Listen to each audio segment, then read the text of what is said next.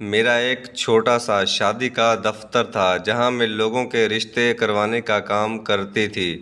میری دو سہیلیاں بھی اس کام میں میرے ساتھ شریک تھیں، لیکن ان کے دفتر الگ الگ علاقوں میں تھے۔ ہمارے پاس جو بھی رشتے کے لیے آتا، ہم آپس میں ایک دوسرے سے رابطہ کرتے اور کہیں نہ کہیں سے رشتوں کا جوڑ توڑ کروا کر برابری سے پیسے بانٹ لیا کرتے تھے۔ میرا کام بہت اچھا چلتا تھا اور اب تک میں نے جتنے بھی رشتے کروائے تھے سب کے سب کامیاب ہوئے تھے، اسی لیے میری شہرت کافی اچھی ہو گئی تھی۔ شروع میں تو یہ کام میں نے بہت مجبوری میں ہی شروع کیا تھا، کیونکہ میں زیادہ پڑھی لکھی نہیں تھی۔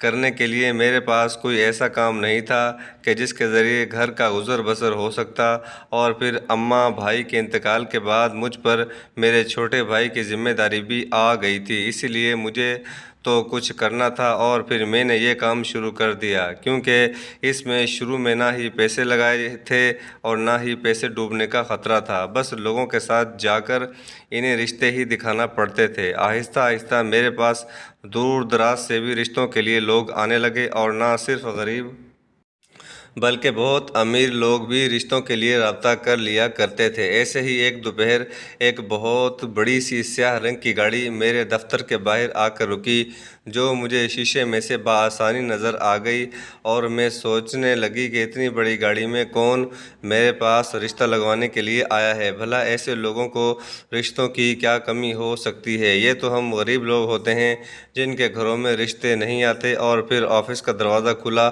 اور بہت خوبصورت سی گاڑی میں ایک لمبی چوڑی حسین سی عورت اندر داخل ہوئی۔ اس کے ہاتھ میں موجود برانڈڈ پرس چیخ چیخ کر اپنی قیمت بتا رہا تھا، اور وہ سر تا پاؤں تک امیر زادی لگ رہی تھی۔ اسے دیکھ کر میں ایک دم سیدھی ہو کر بیٹھ گئی تھی۔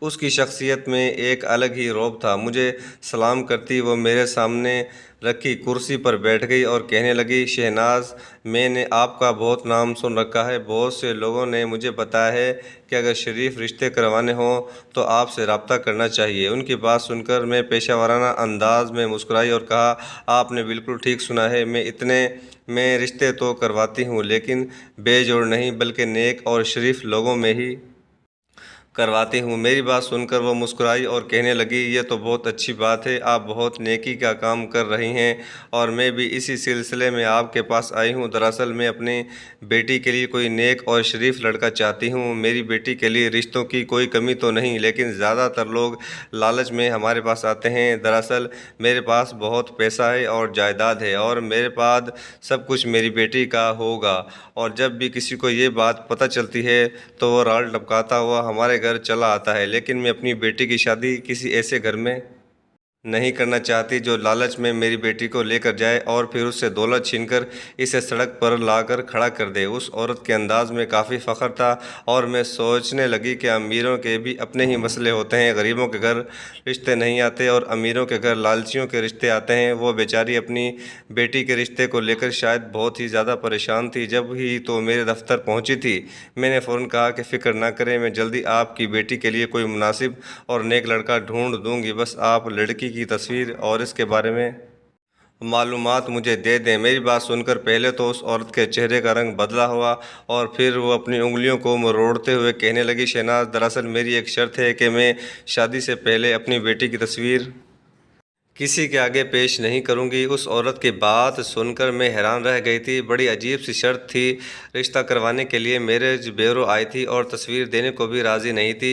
میں کس بنا پر اس لڑکی کے لیے کوئی لڑکا دیکھ سکتی تھی جس کی تصویر یا شکل کا مجھے بھی علم نہیں تھا؟ میں نے اس عورت سے کہا کہ دیکھیے میڈم، آپ کو کم سے کم مجھے تو اپنی بیٹی کی تصویر دکھا دیں تاکہ میں اسی حساب سے ایک لڑکا تلاش کر سکوں۔ وہ مسکرائی اور کہنے لگی، میری بیٹی چاند کا ٹکڑا ہے، بہت ہی زیادہ خوبصورت اور حسین ہے، لیکن میں شادی سے پہلے اسے کسی کو بھی نہیں دکھانا چاہتی۔ دراصل اس کے پیچھے بھی ایک راز ہے، اور میں جلد ہی آپ کو بتا دوں گی۔ اس عورت کی بات سن کر میں سوچ میں پڑ گئی کہ کیا کروں، بغیر دیکھے لڑکی کا رشتہ کس طرح تلاش کروں؟ اور پھر اس عورت نے تو میری مشکل آسان کر دی، کہنے لگی، مجھے بس 23-24 سال کا لڑکا چاہیے جو دکھنے میں اچھا ہو اور نیک ہو۔ مجھے اس کی نوکری یا گھر بار سے کوئی پریشانی نہیں ہوگی، کیونکہ میری بیٹی کے پاس پیسے کی کوئی کمی نہیں ہے۔ یہ کہہ کر اس نے 50,000 روپے نکال کر میرے سامنے رکھے اور کہنے لگی، یہ آپ کی ایڈوانس فیس ہے۔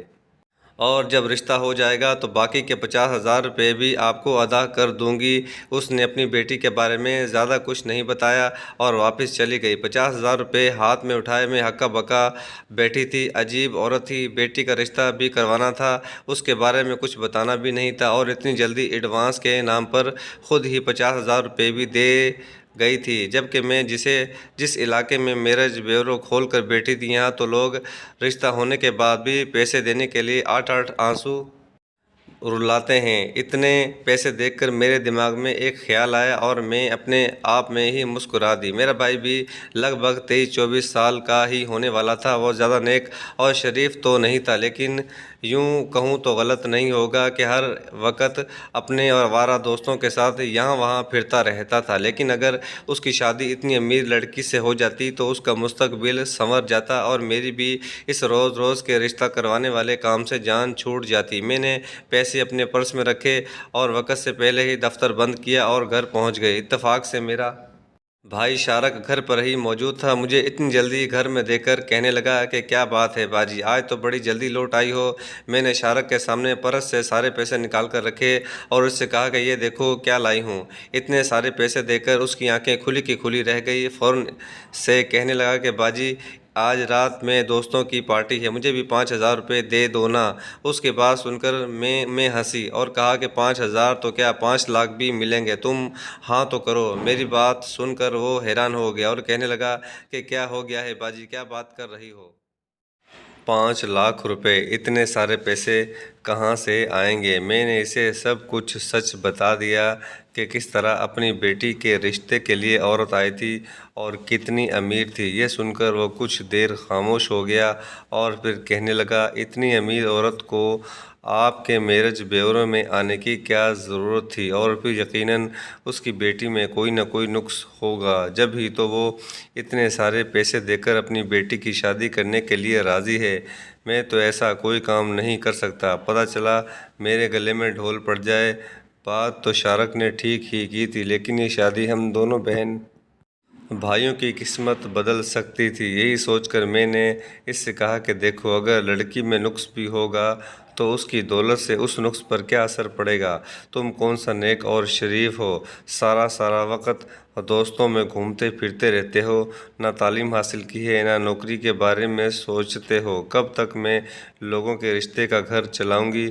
اور کون تم جیسے نکمے شخص کو اپنی بیٹی دے گا؟ ہمارے سر پر نہ ماں باپ کا سایہ ہے، نہ کوئی رشتہ دار ہمیں پوچھتا ہے۔ جب تک رشتوں والا کام چل رہا ہے سب ٹھیک ہے، لیکن اگر کبھی کسی کا رشتہ نہیں لگ پاتا تو تمہیں معلوم ہے نا ہمارے حالات کیسے ہو جاتے ہیں۔ بہتر ہے کہ جب خدا نے ایک موقع دیا ہے تو ہم اس سے فائدہ اٹھا لیں۔ زیادہ سے زیادہ کیا ہوگا، کوئی لنگڑی لولی لڑکی ہوگی یا پھر رنگت نہیں ٹھیک ہوگی، ہو سکتا ہے کہ عمر میں زیادہ ہو، لیکن اگر اس کی وجہ سے تمہارے دن بدل گئے تو تم خاموشی سے دوسری شادی بھی کر سکتے ہو۔ میں نے خود ہی اپنے بھائی کو ایک چور راستہ دکھایا تھا۔ میری بات سن کر وہ سوچ میں پڑ گیا، کہنے لگا، آپ ٹھیک کہہ رہی ہیں، اگر ایسی بات ہے تو مجھے شادی کے بارے میں سوچنا چاہیے، کیونکہ نوکری تو مجھ سے بھی نہیں ہوتی۔ میں کسی کی غلامی نہیں کر سکتا۔ اگر وہ جہیز میں اتنا پیسہ لائے گی کہ میں کوئی کاروبار کر سکوں تو پھر میری اپنی دولت ہو جائے گی۔ کچھ عرصے بعد میں خود ہی اسے چھوڑ دوں گا اور کسی اچھی سی لڑکی سے شادی کر لوں گا، سب کچھ ٹھیک ہو جائے گا۔ اس کے چہرے پر بھی مسکراہٹ آ گئی تھی۔ میں نے گہرا سانس لیا۔ مجھے لگا کہ شارک کو منانا بہت مشکل ہوگا، لیکن وہ بہت آسانی سے مان گیا تھا، اور پھر کوئی ایسی بڑی بات بھی نہیں تھی۔ پہلے زمانے میں بھی لوگ لڑکیوں کی نہ شکل دیکھتے تھے، بس آسانی سے شادی ہو جایا کرتی تھی۔ شارک کے معاملے میں بھی ایسا ہی ہونے والا تھا، البتہ بس عجیب بات یہ تھی کہ لڑکی کی شکل میں نے بھی نہیں دیکھی تھی۔ شارک نے مجھ سے 5,000 روپے پکڑ لیے تھے اور وہ دوستوں کے ساتھ ساری رات کی تفریح کے لیے نکل گیا تھا۔ میں چاہ کر بھی اسے روک نہیں پاتی تھی۔ مجھے اس کے دوست، اس کی صحبتیں بالکل بھی پسند نہیں تھیں، اور میں سوچ رہی تھی کہ اس کی شادی ہو جائے گی تو وہ بالکل ٹھیک ہو جائے گا۔ بیوی کیسی بھی ہو، اپنی محبت سے شوہر کو سیدھا کر ہی لیتی ہے۔ اگلے ہی دن میں نے اس عورت کے دیے ہوئے نمبر پر فون کیا اور ان سے کہا کہ آپ کی بیٹی کے لیے رشتہ مل گیا ہے۔ یہ سن کر وہ خوش ہوئی اور کہنے لگی کہ میں تھوڑی دیر بعد ہی آپ کے دفتر آتی ہوں، اور پھر دوپہر کو وہ میرے سامنے آ کر بیٹھ گئی۔ میں کچھ ہچکچا رہی تھی کہ اسے کیسے بتاؤں کہ میں اپنے ہی بھائی سے اس کی بیٹی کی شادی کروانا چاہتی ہوں۔ جب کچھ دیر میں نے کچھ نہ کہا تو وہ کہنے لگی کہ بتائیں شہناز، کون ہیں لوگ، کہاں رہتے ہیں؟ ان کے پوچھنے پر میں نے اسے بتایا کہ آپ مجھے بہت پسند ہیں، آپ کا رہن سہن، اٹھنا بیٹھنا، اور پھر سب سے بڑی بات یہ ہے کہ آپ مجھے بہت شریف گھرانے سے لگی ہیں، اس لیے میں چاہتی ہوں کہ آپ کی بیٹی کی شادی اچھی جگہ ہو۔ میرا بھائی ہے، 24 سال کا ہے، اس کا نام شارک ہے، ہمارے والدین نہیں ہیں، میں نے ہی اسے پال پوس کر بڑا کیا ہے۔ مجھے لگتا ہے کہ آپ کی بیٹی میرے بھائی کے لیے بہت اچھی زندگی گزارے گی۔ بڑی مشکل سے میں نے یہ بات کہی تھی۔ میرے دل میں یہ خیال آ رہا تھا کہ پتہ نہیں وہ عورت کیا سوچے گی کہ میں نے اپنے ہی بھائی کا رشتہ اس کی بیٹی کے لیے پیش کر دیا ہے۔ میری بات سن کر وہ عورت سوچ میں پڑ گئی اور پھر ہم لوگوں کے بارے میں کچھ سوال و جواب کرنے لگی۔ میں نے سب کچھ سچ بتا دیا اور اسے یہ بھی بتایا کہ میرا بھائی زیادہ پڑھا لکھا نہیں ہے، کیونکہ ہمارے حالات ایسے نہیں تھے، لیکن وہ آپ کی بیٹی کو خوش رکھے گا۔ کچھ دیر بعد وہ مطمئن ہو گئی اور کہنے لگی شہناز، آپ بہت اچھی ہیں اور مجھے یقین ہے کہ آپ کا بھائی بھی آپ کے جیسا ہی ہوگا۔ میں چاہتی ہوں کہ جلد سے جلد میری بیٹی آپ کے گھر آ جائے۔ دراصل مجھے ایک بیماری لگ گئی ہے اور اس لیے میں اپنی بیٹی کی شادی جلدی چاہتی ہوں۔ میری زندگی اور موت کا کوئی بھروسہ نہیں ہے، اور میرے مرنے کے بعد سب کچھ میری بیٹی کا ہو جائے گا۔ ان کی بات سن کر میں نے بھی جلدی شادی کے لیے حامی بھر لی۔ اس عورت نے، جس کا نام شبانہ تھا، میرے سامنے لاکھ روپے رکھ دیے اور کہنے لگی آپ لوگ شادی کی تیاریاں شروع کر دیں، میں آپ کو شادی میں گھر بھی دوں گی اور گاڑی بھی، کسی چیز کی کوئی کمی نہیں ہوگی۔ بس آپ کو ایک اسٹیمپ پیپر پر یہ لکھ کر دینا ہوگا کہ آپ کا بھائی کبھی میری بیٹی کو طلاق نہیں دے گا، اور اگر میری بیٹی کے ساتھ کسی طرح کی کوئی زیادتی کرنے کی کوشش کی گئی تو اس صورت میں میری بیٹی خود طلاق لے گی، اور اس صورت میں آپ لوگوں کو 50 لاکھ روپے ادا کرنے ہوں گے۔ اس عورت کی بات سن کر میں سوچ میں پڑ گئی تھی۔ میرا بھائی تو پہلے ہی سوچ چکا تھا کہ وہ صحیح وقت پر اپنی بیوی کو چھوڑ دے گا اور اپنی پسند سے شادی کر لے گا، لیکن یہاں تو پانسا ہی پلٹ گیا تھا۔ وہ عورت اسٹیمپ پیپر پر یہ سب کچھ لکھوانے کا کہہ رہی تھی۔ اگر میں اس وقت اس کے آگے جھجکتی یا انکار کرتی تو وہ یقیناً ہمیں لالچی سمجھ بیٹھتی۔ یہی سوچ کر میں نے کہا کہ ہمیں اس بات پر کوئی اعتراض نہیں ہے، میرا بھائی اپنی خوشی سے شادی کر رہا ہے، وہ کبھی آپ کی بیٹی کو نہیں چھوڑے گا۔ یہ سن کر اس عورت کے چہرے پر اطمینان آ گیا، البتہ میرا سکون رخصت ہو گیا تھا۔ میں نے شادی کی تیاری شروع کر دی اور یہ پیپر والی بات اپنے بھائی کو نہ بتائی۔ جلدی ہمیں بڑا سا بنگلہ اور گاڑی مل گئی اور ہم دونوں بہن بھائی اس میں شفٹ ہو گئے۔ شادی سے پہلے نکاح کے وقت میں نے اپنے بھائی کے سامنے اسٹیمپ پیپر رکھا جس پر سب کچھ لکھا ہوا تھا اور اس سے دستخط کرنے کو کہا تو وہ ہکا بکا رہ گیا اور کہنے لگا باجی یہ سب کیا ہے؟ اس طرح تو یہ مصیبت ساری زندگی میرے گلے میں بندھ جائے گی۔ میں نے شارک کی طرف دیکھا اور کہا اپنے ارد گرد دیکھو، اس بنگلے کی خوبصورتی دیکھو، جس گاڑی میں تم 2 دن سے گھوم رہے ہو، کیا تم کبھی اتنی مہنگی گاڑی خرید سکتے تھے؟ خریدنا تو چھوڑ، بیٹھ بھی نہیں سکتے تھے، ہماری تو اتنی اوقات بھی نہیں تھی۔ اب جب اتنا کچھ مل گیا ہے تو تھوڑی بہت قربانی تو تمہیں بھی دینی ہوگی۔ سوچ لو، یا تو اس کاغذ پر دستخط کرنا ہوں گے یا پھر یہ سب کچھ چھوڑ کر واپس اسی چھوٹے سے کرائے کے گھر میں لوٹنا ہوگا جہاں فاقے ہمارے منتظر ہیں۔ شارک نے ایک نظر پورے بندے پر ڈالی اور بنا کچھ کہے اس کاغذ پر دستخط کر دیے۔ میں اپنے بھائی کو اچھی طرح جانتی تھی، اسی لیے میں نے صحیح موقع کا انتخاب کیا تھا اور میرا تیر بالکل نشانے پر لگا تھا۔ تھوڑی ہی دیر بعد شارک کے 2 دوست اور میں چھوٹی سی بارات کی صورت میں اس لڑکی کے گھر پہنچ گئی۔ گھر کیا تھا، ایک حویلی نما بڑا سا بنگلہ تھا۔ وہی عورت ہماری منتظر تھی، گھونگھٹ اوڑھے ایک لڑکی بیٹھی ہوئی تھی۔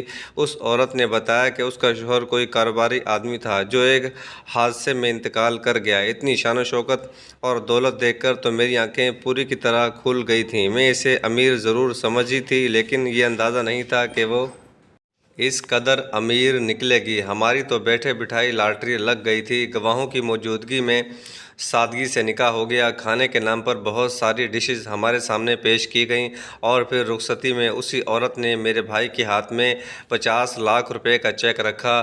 پہلے ہی وہ بہت کچھ دے چکی تھی۔ 50 لاکھ کا چیک دے کر تو شارق ایک دم ہی گم سم سا ہو گیا تھا۔ وہ کہنے لگی، بس تم میری بیٹی کو خوش رکھنا اور کسی چیز کی کوئی کمی نہ ہونے دینا۔ شارق نے اس سے وعدہ کر لیا کہ وہ آپ کی بیٹی کو کوئی تکلیف نہیں پہنچائے گا، اور یہی وعدہ میں نے بھی کیا تھا۔ ہم اس کی بیٹی کو رخصت کروا کر اسی بنگلے میں لے آئے جو شادی سے پہلے اس عورت نے شارق کو دیا تھا۔ شادی بھی ہو چکی تھی اور اب تک ہم میں سے کسی نے دلہن کا چہرہ نہیں دیکھا تھا۔ میری بھابھی کا نام اینی تھا۔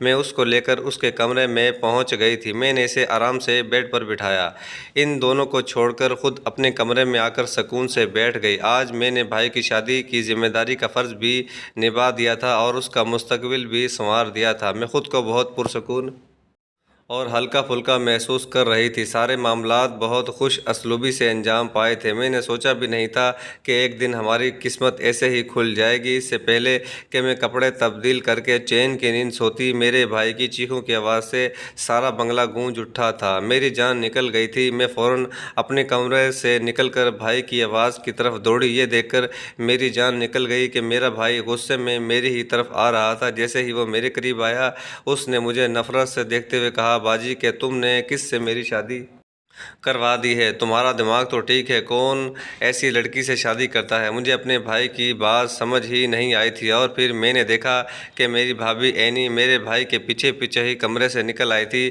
وہ زاروں قطار رو رہی تھی۔ میں نے پہلی دفعہ اس کا چہرہ دیکھا تھا اور دیکھتے ہی رہ گئی تھی۔ اس کی ماں نے ٹھیک کہا تھا، وہ واقعی بہت ہی خوبصورت اور حسین تھی، لیکن پتہ نہیں شارق کو کیا ہو گیا تھا کہ وہ غصے سے آگ بگولا ہو رہا تھا۔ وہ کہنے لگا، آپ نے مجھے ایک ایسے دلدل میں پھنسا دیا ہے جس سے میں نکل ہی نہیں سکتا، نہ اسے طلاق دے سکتا ہوں نہ اپنا سکتا ہوں۔ میں نے غصے میں شارق سے کہا، تمہارا دماغ تو ٹھیک ہے، اتنی خوبصورت تو لڑکی ہے، کیا کمی ہے اس میں جو تم اسے طلاق دینے کی بات کر رہے ہو؟ میری بات سن کر وہ کچھ دیر کے لیے خاموش ہو گیا اور پھر کہنے لگا کہ آپ اس لڑکی کی حقیقت نہیں جانتی ہیں، جیسے ہی ایسی بات کر رہی ہیں۔ اگر آپ کو پتہ چل جائے یہ کون ہے تو آپ اس کی شکل دیکھنا بھی گوارا نہیں کریں گی۔ اس کے ظاہری حسن پر مت جائیں۔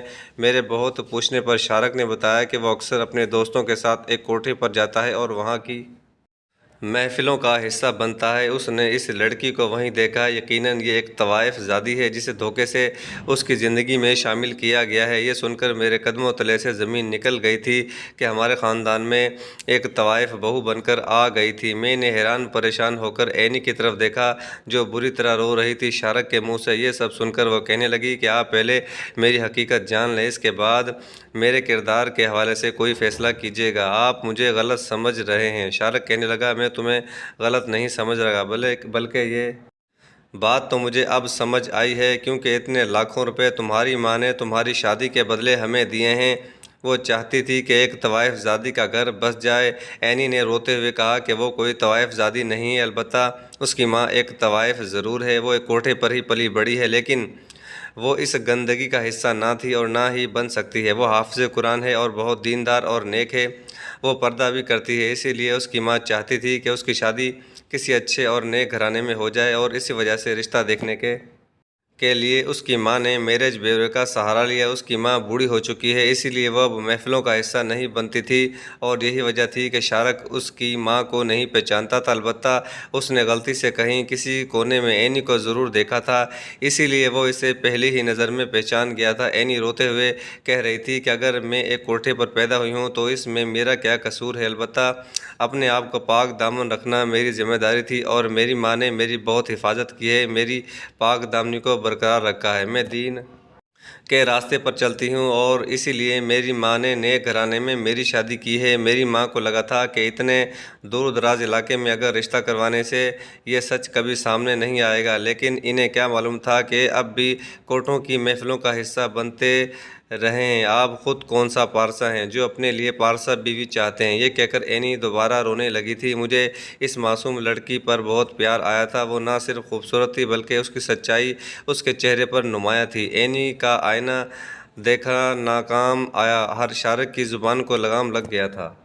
اور پھر وہ خاموشی سے بنگلے سے نکل کر چلا گیا۔ صبح کے قریب وہ لوٹ کر آیا، جب تک میں اور اینی ایک ساتھ ہی بیٹھے رہے تھے۔ مجھے اس ایک رات میں یقین ہو گیا تھا کہ اینی ایک نیک لڑکی ہے، اور جب صبح شارک لوٹ کر آیا تو وہ اینی کے قدموں میں بیٹھ گیا اور کہنے لگا، مجھے معاف کر دو، میں تمہارے بارے میں معلومات لینے گیا تھا اور مجھے یہی پتہ چلا ہے کہ تم کبھی کسی محفل کی زینت نہیں بنی اور نہ ہی تم نے کوئی غلط کام کیا ہے۔ تم نے سارے کوٹے سے ٹکر لی اور قرآن پاک بھی حفظ کیا۔ اب میری ذمہ داری ہے کہ میں تمہارے کردار اور تمہاری عزت کی حفاظت کروں۔ شارک نے کھلے دل سے اینی کو قبول کر لیا تھا اور اپنی پرانی روش بھی چھوڑ دی تھی۔